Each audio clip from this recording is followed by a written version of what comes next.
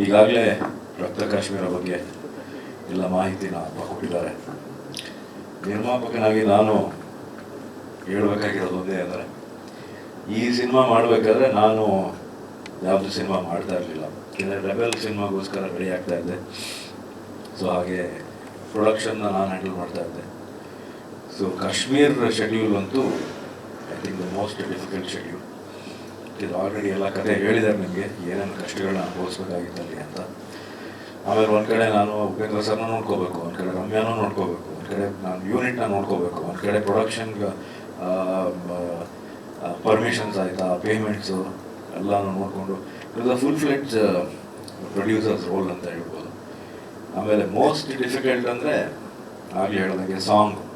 ನಮ್ಮ ಎಲ್ಲ ನನ್ನ ಗೆಳೆಯರು ಹಾಗೆ ಹಿರಿಯರು ಮಾಡಿದಂಥ ಸಾಂಗಲ್ಲಿ ತುಂಬ ಕಷ್ಟ ಆಗಿದೆ ಏನಂದರೆ, 6 ದಿನ ಶೂಟಿಂಗ್ ಮಾಡಿದ್ವಲ್ಲ, ಅದು ಸೆಕ್ಯೂರಿಟಿ ಮಾಡಿದಷ್ಟು ಸಾಕಾಗೋಗಿತ್ತು. ರಾಕ್ಲೈನ್ ಸ್ಟುಡಿಯೋ ಆಚೆ ಎಷ್ಟು ಜನ ಬರೋರು ಅಂದರೆ ಅವರನ್ನು ಕಂಟ್ರೋಲ್ ಮಾಡೋಷ್ಟು ಸಾಕಾಗೋದು. ಆಮೇಲೆ ಒಂದು ಕಡೆ ನಾನು ಅಪ್ಪು ಅಣ್ಣನೂ ನೋಡ್ಕೋಬೇಕು, ಒಂದು ಕಡೆ ದರ್ಶನೂ ನೋಡ್ಕೋಬೇಕು, ಒಂದ್ಸರಿ ರೆಬೆಲ್ ಸ್ಟಾರ್ನೂ ನೋಡ್ಕೋಬೇಕು, ಒಂದು ಕಡೆ ಸಾಹಸ ಸಿಂಹನೂ ನೋಡ್ಕೋಬೇಕು. ಪ್ರತಿಯೊಬ್ಬರೂ ಕೋಆರ್ಡಿನೇಟ್ ಮಾಡ್ಕೊಂಡು ಬಟ್ ಒಂದು ಕಡೆ ಏನು ಮಾಡಿದ್ರು, ಅಂಬರೀಷ್ ಅಮ್ಮ ಒಂದ್ಸರಿ ಏನು ಮಾಡಿದ್ರು, ಒಂದು ಟೇಬಲ್ ಹಾಕ್ಸಿದ್ರು, ಎಲ್ಲ ಬಂದಿಲ್ಲ ಕೂತ್ಕೋಬೇಕು ಅಂತ. ಅದಾದಮೇಲೆ after that my work became even more easy. But ಇವತ್ತು ಆ ಸಾಂಗ್ನ ತೆರೆ ಮೇಲೆ ನೋಡಿದಾಗ ಒಂದು ಕಡೆ ಖುಷಿನೂ ಆಗುತ್ತೆ, ಒಂದು ಕಡೆ ಬೇಜಾರು ಆಗುತ್ತೆ. ಯಾಕೆಂದರೆ ನಮ್ಮೊಟ್ಟಿಗೆ ಇಲ್ಲ. ಬಟ್ ಅದೇ ಆಲ್ರೆಡಿ ಹೇಳ್ದಂಗೆ, it was history is created, history cannot be repeated again, ಆ ಥರ. ಆಮೇಲೆ ಇನ್ನೊಂದೇನೆಂದರೆ, ಅವತ್ತು ನಾವು ಆ ಶೂಟಿಂಗ್ ಮಾಡಬೇಕಾದ್ರೆ ಎಷ್ಟು ಒಂದು ಖುಷಿಯ ವಾತಾವರಣ ಇತ್ತು. ಶಿವಣ್ಣ ಇರ್ಬೋದು, ಅಪ್ಪು ಅಣ್ಣ ಇರ್ಬೋದು, ನಾವೆಲ್ಲ ಸೇರಿಕೊಂಡು ವಿ ಲಿವ್ ಲೈಕ್ ಒಂದು ಫ್ಯಾಮಿಲಿ, ಒಂದು ಹಾಲಿಡೇ ಅಟ್ಮಾಸ್ಫಿಯರ್ ಥರ ದಿನ ಬರೋದು, ಕೂತ್ಕೊಳ್ಳೋದು. ಆ್ಯಂಡ್ ಒಂದೊಂದ್ಸರಿ ಏನಾಗೋದು, ಅಪ್ಪು ಅಣ್ಣ ಬೆಳಗ್ಗೆನೇ ಬರೋರು, ಅವ್ರು ಶಾರ್ಟೇ ಬರ್ತಾ ಇರಲಿಲ್ಲ, but still use to set. Darshan ಬರೋನು, ಅವ್ನು ಶಾರ್ಟೇ ಬರ್ತಾ ಇರಲಿಲ್ಲ, but still use to set.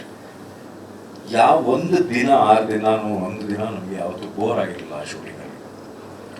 So ಅದೇ ಬೇಜಾರಾಗೋದೇನೆಂದರೆ, ಆ ಥರ ನಾವು ಇವತ್ತು ಮಲ್ಟಿ ಸ್ಟಾರ್ ಸಿನಿಮಾಗಳನ್ನ ಮಾಡೋಕ್ಕಾಗ್ತಾ ಇಲ್ಲ. ಯಾಕೆಂದರೆ ಬಹುಶಃ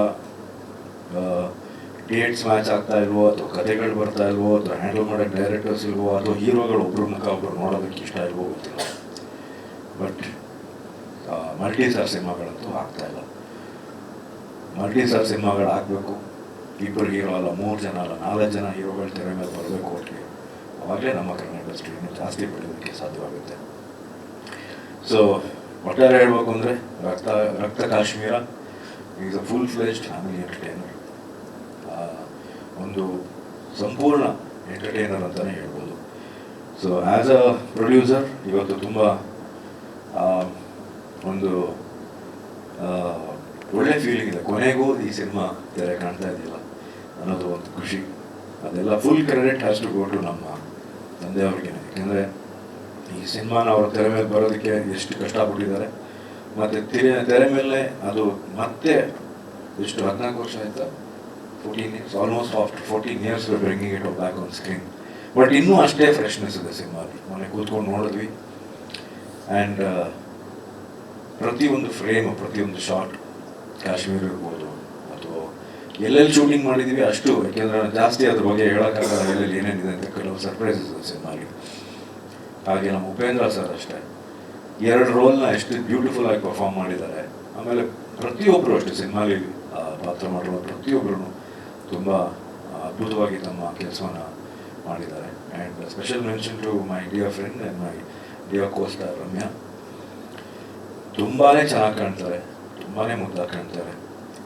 and I think she should come back to cinema. ಇನ್ನೂ ಸಿನಿಮಾಗಳು ಮಾಡಬೇಕು. ಏಕೆಂದರೆ ಇನ್ನೂ ಅವ್ರು ಅಷ್ಟೇ ಬ್ಯೂಟಿಫುಲ್ ಆಗಿದ್ದಾರೆ, ಅಷ್ಟೇ ಮುದ್ದಾಗಿದ್ದಾರೆ. ಮೊನ್ನೆ ಎಲ್ಲೋ ಒಂದು ಕಡೆ ನೋಡಿದೆ ಅವ್ರನ್ನ, ಅನ್ಫಾರ್ಚುನೇಟ್ಲಿ ಏನು ಮಾತಾಡ್ಸೋಕ್ಕಾಗಲಿಲ್ಲ, because it was too crowded. ಇನ್ನೂ ಅಷ್ಟೇ ಮುದ್ದಾಗಿದ್ದಾರೆ, ಇನ್ನೂ ಅಷ್ಟೇ ಬ್ಯೂಟಿಫುಲ್ ಆಗಿದ್ದಾರೆ. I think she should come back to cinema. ಈ ಸಿನಿಮಾದಲ್ಲಿ ಅಷ್ಟು ಚೆನ್ನಾಗಿ ಕಾಣ್ತಾರೆ ಪ್ರತಿಯೊಬ್ಬರೂ. ಈ ಸಿನಿಮಾದಲ್ಲಿ ಮಾಡಿದಂಥವ್ರು, ಹಾಗೆ ನನ್ನ ಸಿನಿಮಾದಲ್ಲಿ ಪರ್ಫಾರ್ಮ್ ಮಾಡಿದಂಥ ಪ್ರತಿಯೊಬ್ಬರಿಗೂ ನನ್ನ ಧನ್ಯವಾದಗಳು. ಹಾಗೆ ನಿಮಗೂ ಎಲ್ಲ ನನ್ನ ಧನ್ಯವಾದಗಳು. ಇಲ್ಲಿ ಬಂದಿದ್ದಕ್ಕೆ ನಿಮ್ಮ ಸಪೋರ್ಟ್ ಸದಾ ನಮ್ಮ ಫ್ಯಾಮಿಲಿ ಮೇಲೆ, ನನ್ನ ಮೇಲೆ, ನನ್ನ ಪಾದದ ಮೇಲೆ ಇತ್ತು. ಮುಂದೇನೂ ಹಾಗೆ ಇರಲಿ.